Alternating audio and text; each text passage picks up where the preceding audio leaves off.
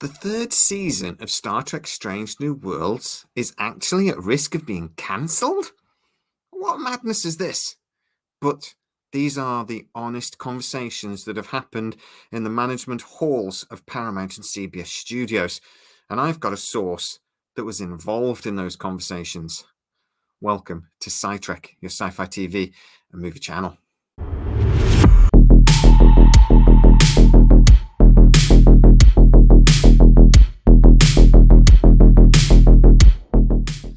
So I'm going to say, look, this is not them actually planning to do this. This is just them talking about it and considering the possibility that they might cancel Star Trek Strange New Worlds Season 3 and replace it with a TV movie.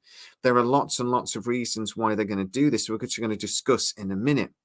But I've got to start off by saying, I really like Star Trek Strange New Worlds.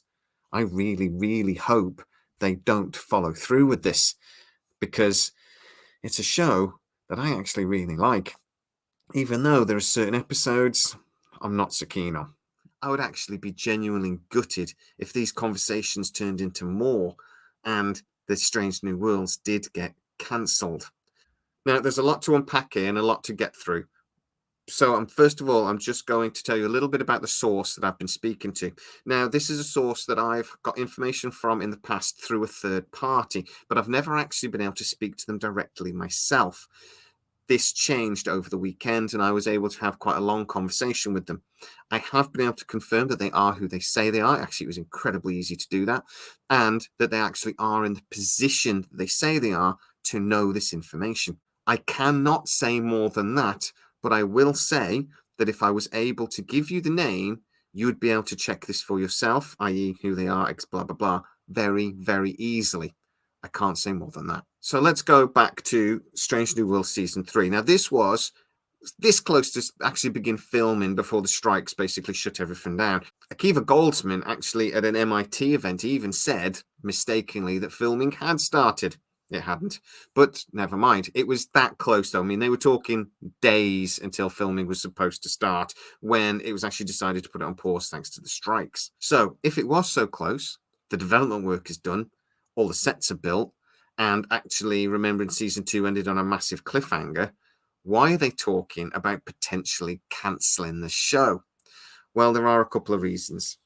For one, Strange New Worlds and all of the Star Trek projects are actually incredibly expensive, and Paramount is skint.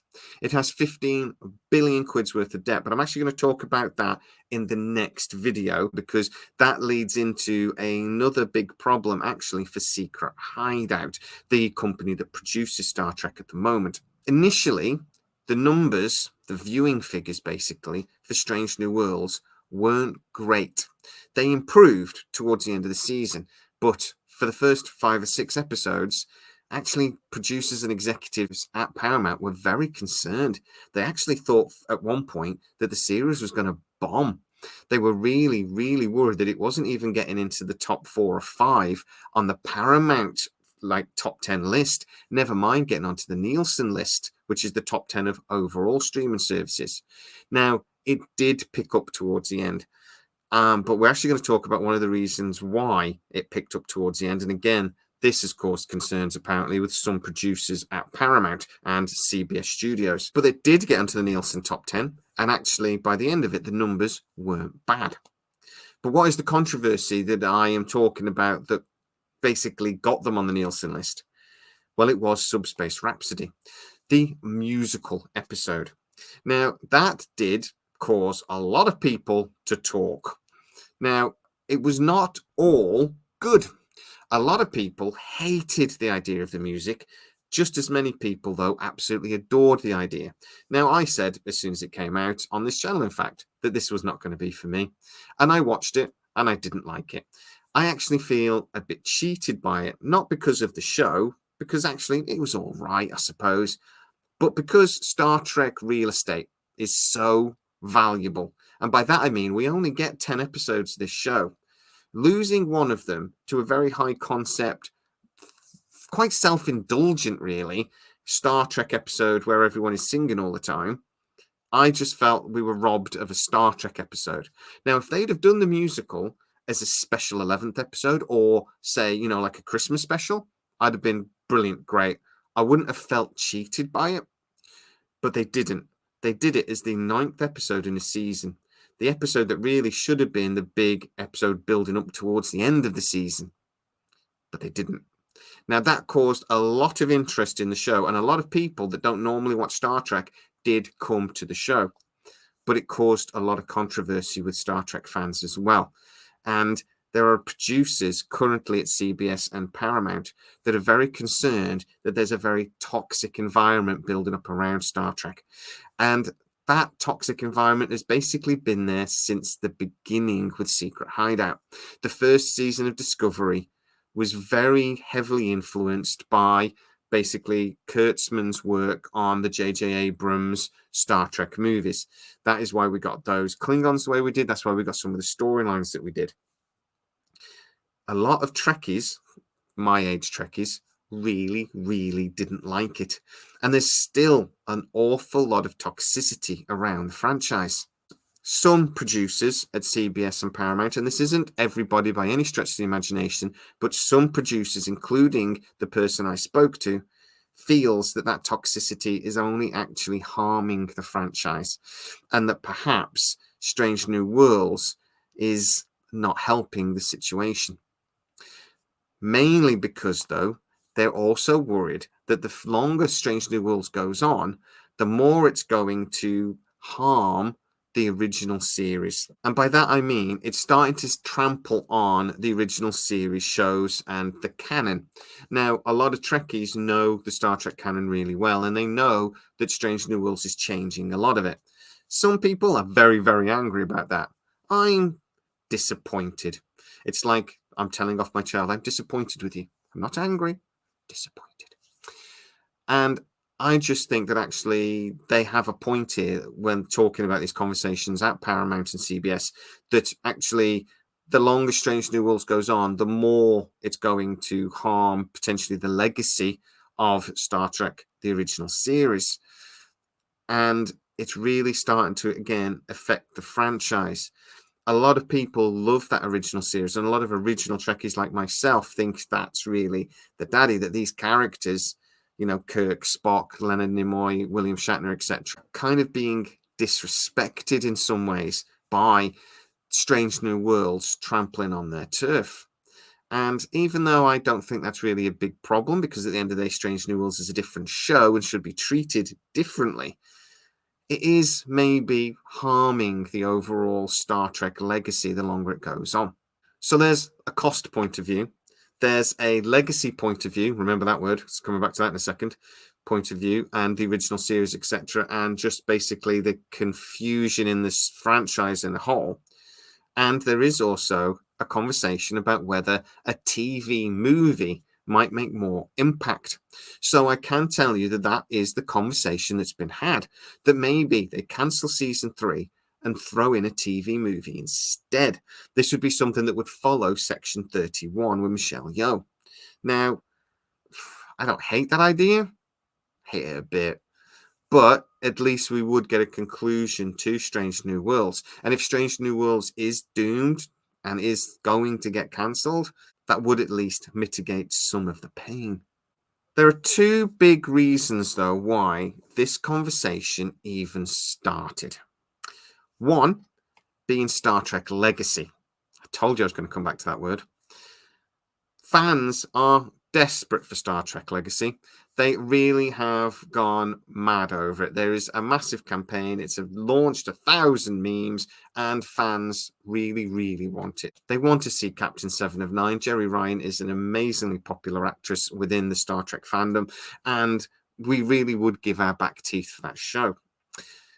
The problem is Paramount can't afford to put it in their current calendar. They can't afford to have this many very expensive sci-fi shows running side by side.